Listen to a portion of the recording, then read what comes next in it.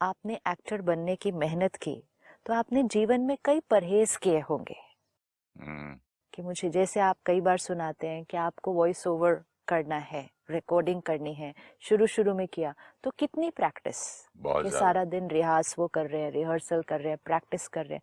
अब घर के बाकी लोग तो नहीं कर रहे थे ना, वो बाकी घर के लोग उस टाइम कोई आराम कर रहा होगा, कोई सो रहा होगा, कोई घूमने जा रहा होगा, कोई टीवी देख रहा होगा, लेकिन आप क्या कर रहे थे? आप सिर्फ और सिर्फ वो ही मेहनत कर रहे थे। तो उस क्षण उनकी नॉर्मल की डेफिनेशन और आपकी नॉर्मल की डेफिनेशन अलग थे। अलग अलग।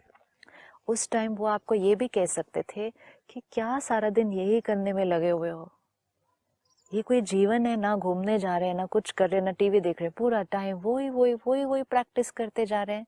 आपने किसी का नहीं सुना, क्योंकि आपकी प्रायोरिटी क्या थी?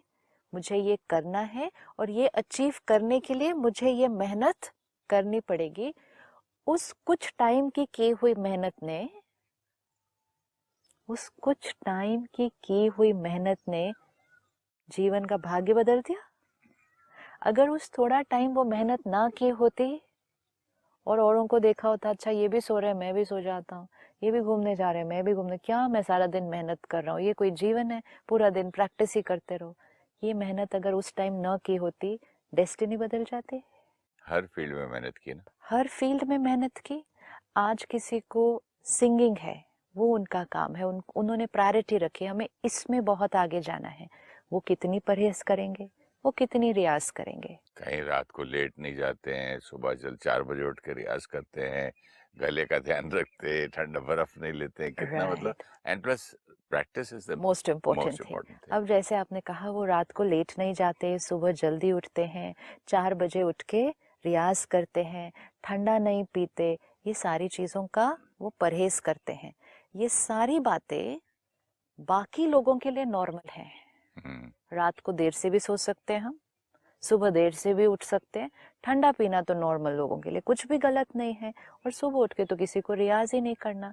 तो दोनों लोगों की नॉर्मल की डेफिनेशन अलग अलग है, अलग अलग है। इसीलिए हम औरों को देखकर अपनी नॉर्मल की डेफिनेशन नहीं क्रिएट कर सकते। अगर इसने दूसरों को देखकर रात को लेट सोए, सुबह देर से उठे, कोई रियाज नहीं किया, ठंडा पी लिया, गला खराब हो गया, वोकल कॉर्ड में प्रॉब्लम आ गई, गया ना पर्पस ऑफ लाइफ क्या चूज किया था।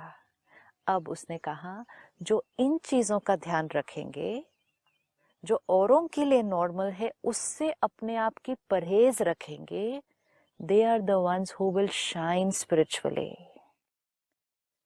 इसीलिए अपने जीवन का लक्ष्य बनाना पड़ता है। ऐसे नहीं हो सकता। स्पिरिचुअलिटी बहुत इजी है और फिर भी ध्यान भी रखना पड़ता है, संयम और नियम। संयम और नियम। संस्कार परिवर्तन करना बहुत बहुत सिंपल है, लेकिन अटेंशन भी रखना पड़ता है। सोल पावर को बढ़ाना बहुत इजी है, लेकिन अगर साथ साथ घटाते गए तो वो कभी नहीं बढ़ने वाले। ये 4 बातें जो बताई, औरों के बारे में बैठकर बातें करना, right. Let's look at this simple thing, gossip. औरों के बारे में बैठकर बातें करना।